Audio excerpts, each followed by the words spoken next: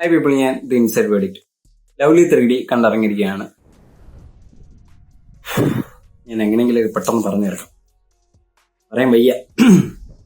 ഒന്നെങ്കിൽ ഈ സിനിമ പിള്ളേർക്ക് വേണ്ടി, അതായത് കൊച്ചു കുഞ്ഞുങ്ങൾക്ക് വേണ്ടിയായിട്ട് ഒരു 3D പടമായിട്ട് ഇറക്കണം. അതല്ലെങ്കിൽ ഒരു അഡൽസിന് മാത്രം കാണുന്ന രീതിയിൽ പടം ഇറക്കണം. ഇത് എന്തിനാണ്? അപ്പോ visionaries, written by, dialogues by, directed by Dileesh Nair, Damar Pattar, Idukki gold, salt and pepper, Mayanadi, ഇതൊക്കെ പുള്ളിയുടെ വർക്കാണെന്ന് എനിക്ക് അങ്ങോട്ട് വിശ്വസിക്കാൻ പറ്റുന്നില്ല. പോട്ടെ, പറയാം, പുള്ളിയെ കുറിച്ച് പറയാം. അപ്പോ അടുത്തത് ഈ സിനിമയുടെ മെയിൻ സ്റ്റാർ രണ്ടുപേർ, production team Amar Ramachandran and Saranya എനിക്ക് വന്ന് ഫസ്റ്റ് ടൈം ആണെന്ന് തോന്നുന്നു. മറ്റേ പുള്ളി ഏതോ സിനിമയിൽ എക്സ്പീരിയൻസ്ഡ് ആയിട്ടുള്ള ഒരു വ്യക്തിയാണ്. അപ്പോ ഈ സിനിമയുടെ ടെക്നിക്കൽ സൈഡ് ഭയങ്കര മികച്ചതാണ്. ഇത്രയും ഈ ഒരു ബഡ്ജറ്റ് വെച്ച് നല്ലൊരു കഥ കിട്ടിയായിരുന്നെങ്കിൽ നല്ലൊരു സിനിമ ചെയ്തു വെക്കാനുള്ള ഒരു ചാൻസ് ഉണ്ടായിരുന്നു. അതെന്തായാലും ഫേസസ്, മാത്യു തോമസ്, മനോജ് കെ ജയൻ, അരുൺ പ്രദീപ്, ജോമോൻ, ഇതിൽ പിന്നെ എടുത്തു പറയേണ്ട രണ്ടുപേരുണ്ട്, പ്രശാന്ത് മുരളി, അശ്വതി മനോഹരൻ. ആകെ ഈ സിനിമയിൽ ശുദ്ധഹാസ്യം കൊണ്ടുവരാൻ സാധിച്ച ഏക രണ്ടുപേര് ഇവര് മാത്രമാണ്. അവരുടെ ക്യാരക്ടർ എന്താണെന്നോ അത് നല്ല രീതിയിൽ ചെയ്തു വെച്ചിട്ടുണ്ട്. അതിനുശേഷം ബാബുരാജ്, ശ്രീജിത്ത് രവി, ഗുണ്ടകളാണ് ഇവര്.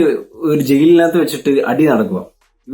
ഈ രണ്ട് ഗുണ്ടകൾ സംസാരിച്ചുകൊണ്ടിരിക്കുക. ഇപ്പം സംസാരിക്കുന്നതിന്റെ ഇടയിൽ സഹഗുണ്ടകളുണ്ടല്ലോ, കസേര കളിക്കാൻ തോന്നുന്നു, ഇങ്ങനെ കറങ്ങി നടക്കുന്നുണ്ട്. എന്തോന്ന് മനസ്സിലാവുന്നില്ല. ഇതെല്ലാം ഞാൻ പറഞ്ഞു, ഈ പടം സീരിയസ് ആണോ അതോ മറ്റേ സ്പൂഫ് പരിപാടിയാണോ? ഇത് ഏത് മീറ്റർ ആണ് ഈ സിനിമ പിടിച്ചേക്കുന്നതെന്ന് മനസ്സിലാവുന്നില്ല. എല്ലാം കൂടെ മിക്സഡ് ആണെന്ന് തോന്നുന്നു. അത് നമ്മളിങ്ങനെ ഗ്രഹിച്ച് കണ്ടുപിടിക്കണം ഇത് ഏതാണ് കാറ്റഗറി എന്നുള്ളത്. ഈ സിനിമകളിലെ ഓരോ സീനൊക്കെ വൻ കോമഡികളാണ്. മാത്യു തോമസിനെ കുറിച്ച് പറയുകയാണെങ്കിൽ, മാത്യുവിന്റെ ഈ സിനിമയിലെ ലുക്ക് എനിക്ക് ഭയങ്കരമായിട്ട് ഇഷ്ടപ്പെട്ടു. ഒരു ടീനേജ് കാലഘട്ടത്തിൽ ഒരു വില്ലനായിട്ട് പുൾ ഓഫ് ചെയ്യാൻ പറ്റിയ ഒരു ലുക്കുണ്ട്. അതേപോലെ തന്നെ ചിലപ്പോൾ ഒരു നല്ലൊരു റൊമാൻറ്റിക് ലവ് സ്റ്റോറി വന്നു കഴിഞ്ഞാൽ ഒരു കോളേജ് ബന്ധപ്പെട്ട കാരണം നല്ലൊരു ചുള്ളൻ പയ്യൻ എന്നൊക്കെ പറയുന്ന രീതിയിൽ ഉള്ള ഒരു ലുക്ക് ഈ സിനിമയിലുണ്ട്. പിന്നെ മനോജ് കെ ജയനിലോട്ട് വരുവാണെങ്കിൽ പുള്ളി ഈ സിനിമ കൊണ്ടുവരേണ്ട ആവശ്യമൊന്നുമില്ല. കാരണം ആ ഒരു ക്യാരക്ടർ ആർക്കും വെള്ളം ചെയ്യാൻ പറ്റുന്ന ഒരു ക്യാരക്ടർ വെറുതെ പുള്ളിയെ കൊണ്ടുവന്ന് ചെയ്യിപ്പിച്ച പോലെയാണ്. അത് ഒരു കോടതി സീനൊക്കെ ഉണ്ട്. കോടതി എന്നൊക്കെ പറയുമ്പോൾ ഒരു ബഹുമാനം വേണ്ടേ? എന്തോ അവിടെ കാണിച്ചു കൂട്ടുന്നേ.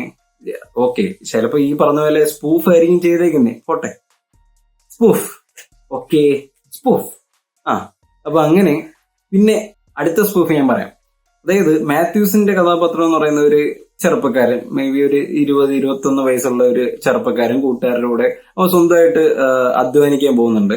അപ്പോൾ അതിനുശേഷം രാത്രി കൂട്ടുകാരുടെ കൂടെ മദ്യപിക്കുന്നുണ്ട്, സെറ്റ് വലിക്കുന്നുണ്ട്.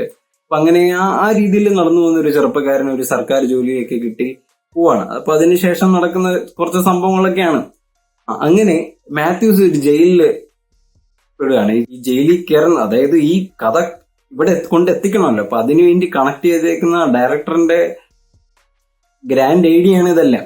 ഒരു സ്ത്രീയെ അപമാനിച്ചു, അതും ഒരു കോണ്ടം കൊടുത്ത് അപമാനിച്ചു എന്ന പേരിൽ ജയിലിൽ കിടക്കുന്ന മകനെ കാണാൻ വരുന്ന ഒരു അമ്മ, മറ്റേ റോബസ്റ്റ പഴമൊക്കെ ആയിട്ടാണ് വരുന്നത്.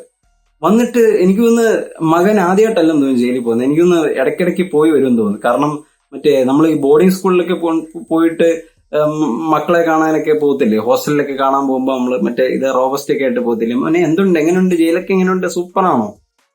ഇതാണ് ഒരമ്മയാണ് ഒരു സ്വന്തം മകൻ ജയിലിൽ കിടക്കുന്നത് കാണാൻ പോകുന്ന അമ്മ പോകുന്ന രീതിയാണ്. അവിടെ ചെന്ന് വന്നിരുന്നിട്ട് എന്താ മോനെ നീ തന്നെയാണോ ചെയ്തേ? അല്ലല്ലേ, ഓക്കെ. ഇതൊക്കെയാണ് സ്പൂഫാണ് സ്പൂഫ്. പിന്നെ അരുൺ പ്രദീപിന്റെ അതായത് ഒരു യൂട്യൂബറാണ് അരുൺ പ്രദീപ്, നിങ്ങൾക്ക് അറിയായിരിക്കും. പുള്ളിയുടെ വീഡിയോസ് ഒക്കെ ഞാൻ കണ്ടിട്ടുള്ളതാണ്. അപ്പോ എനിക്കത് ഇഷ്ടപ്പെട്ടു. കാരണം എന്താണോ ആ ക്യാരക്ടറും സ്പൂഫ് സിനിമയല്ലേ, അപ്പൊ പിന്നെ എന്തായാലും ആ ക്യാരക്ടറിന് പറ്റിയ ഒരു ഇതാണ്. ബ്രൂണോ സിറ്റ് എന്നൊക്കെ പറയുന്ന പോലെ ജഡ്ജിയൊക്കെ പറയുന്നുണ്ട്. അപ്പോ വേണ്ട, എനിക്കൊന്നും പറയില്ല. ദി ക്രാഫ്റ്റേഴ്സ് ഞാൻ പറഞ്ഞല്ലോ, ഈ സിനിമയില് മെയിൻ ഇതില് ടെക്നിക്കൽ സൈഡാണ് great work. Vishnu Vijay, the music composer. അത് ഈ സിനിമയിൽ എനിക്ക് ആശ്വാസം തോന്നി ഇടയ്ക്കിടയ്ക്ക് വരുന്ന കുറെ നല്ല പാട്ടുകളുണ്ട്. എനിക്ക് എന്തോ ഒരു പ്രത്യേക ഒരു നല്ലൊരു ഫീൽ തന്ന കുറെ പാട്ടുകൾ എനിക്ക് ഇത് കഴിയുമ്പോഴത്തേക്ക് എനിക്ക് ഡൗൺലോഡ് ചെയ്യണം. അപ്പോ അതെനിക്ക് ഇഷ്ടപ്പെട്ടു. അതുപോലെ ഉടനീളമുള്ള ബാക്ക്ഗ്രൗണ്ട് സ്കോറും കാര്യങ്ങളും എല്ലാം വളരെ നല്ല രീതിയിലും. സിനിമാറ്റോഗ്രാഫർ ആഷിഖ് അബു, പുള്ളിയുടെ റേഞ്ച് അറിയില്ല, പുള്ളിക്ക് എന്തിനാണ് ഈ സിനിമ കമ്മിറ്റ് ചെയ്തത്. പിന്നെ ഈ ഒരു സിനിമ മണിയന്തറ എന്നൊരു ലൊക്കേഷനാണ് പറയുന്നത്. എനിക്ക് എവിടാന്ന് കറക്റ്റ് അറിയില്ല, അറിയാവുന്നവർ പ്ലീസ് കമന്റ്. അപ്പോ നല്ല വിഷ്വൽസ്, ആസ് എ ഒരു സിനിമാറ്റോഗ്രാഫറിന് എക്സ്പ്ലോർ ചെയ്യാൻ പറ്റിയ കുറെ വിഷ്വൽസ് ഈ സിനിമയിലുണ്ട്. അത് ആഷിഖ് അബു നല്ല രീതിയിൽ ചെയ്തു വെച്ചിട്ടുണ്ട്.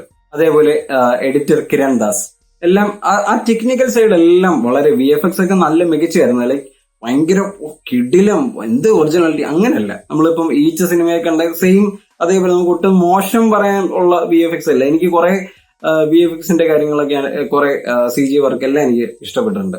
അപ്പൊ ഞാൻ പറഞ്ഞു ടെക്നിക്കൽ വൈസ് എല്ലാം ഈ സിനിമ പെർഫെക്റ്റ് ആണ്.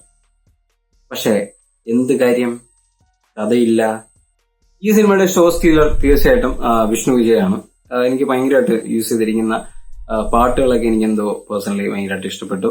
ഈ സിനിമയുടെ ഓവറോൾ എക്സ്പീരിയൻസിനെ കുറിച്ച് ചോദിക്കുകയാണെങ്കിൽ, ഇത് ഞാൻ പറഞ്ഞല്ലോ, ഒന്നെങ്കിൽ പിള്ളേർക്ക് വേണ്ടി, ഇപ്പൊ വെക്കേഷൻ ടൈം ഒക്കെ അല്ലായിരുന്നു, നല്ലൊരു കഥ അല്ലെങ്കിൽ അങ്ങനെയൊക്കെ വെച്ചിട്ട്, കാരണം ഒരു 3D എക്സ്പീരിയൻസ് ചെയ്യാനും കൂടെ നല്ല വിഷ്വൽ ട്രീറ്റ് ഒക്കെ തരാൻ പറ്റിയൊരു പടമായിരുന്നു. അപ്പൊ നല്ലൊരു കുട്ടികൾക്ക് വേണ്ടിയുള്ള ഒരു കഥയായിട്ട് അവതരിപ്പിക്കുകയായിരുന്നു. ഇത് അഡൽട്ട് ജോക്സ്, സെക്സ് ജോക്സ്, അതേപോലെ ടീനേജേഴ്സ് വെള്ളമടിച്ച് കറങ്ങി നടക്കുന്നത് അല്ലെങ്കിൽ സേർട്ട് വലിച്ച് കറങ്ങി നടക്കുന്നത്, മാസാനിക്കുന്നത്, ഇങ്ങനെയൊക്കെയുള്ള സീൻസ് എല്ലാം യൂസ് ചെയ്ത് ഇത് എനിക്ക് തോന്നുന്നു 3D അഡൽട്സിന് ഇഷ്ടപ്പെടാനാണ് പുള്ളി ശ്രമിച്ചതെങ്കിൽ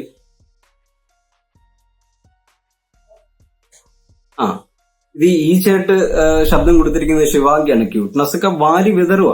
ഞാൻ പറഞ്ഞല്ലോ, ഒന്നെങ്കിൽ ഇതൊക്കെ ഞാൻ പിള്ളേർക്ക് വേണ്ടി ഇറങ്ങിയാണെങ്കിൽ നല്ല രീതിയിൽ ഈ സിനിമ വർക്കൗട്ട് ആയതിന്. നല്ലൊരു കഥ, പിള്ളേർക്ക് പറ്റിയ വെക്കേഷൻ ടൈമാണ്, ഉറപ്പായിട്ടും നല്ല രീതിയിൽ മാർക്കറ്റ് ചെയ്യപ്പെട്ടേനെ.